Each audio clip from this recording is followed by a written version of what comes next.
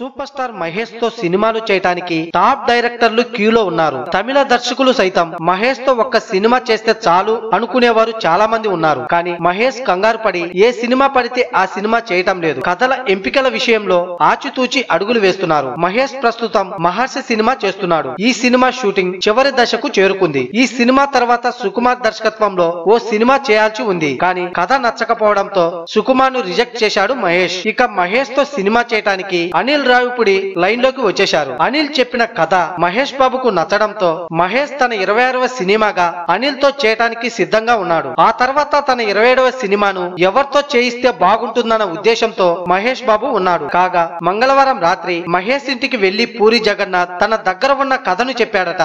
ఇది మహేష్ కు గతంలో వినిపించిన జనగణమన కథే అని తెలుస్తుంది. కథలో కొన్ని మార్పులు చేర్పులు చేసి మహేష్ కు కథను వినిపించాడట.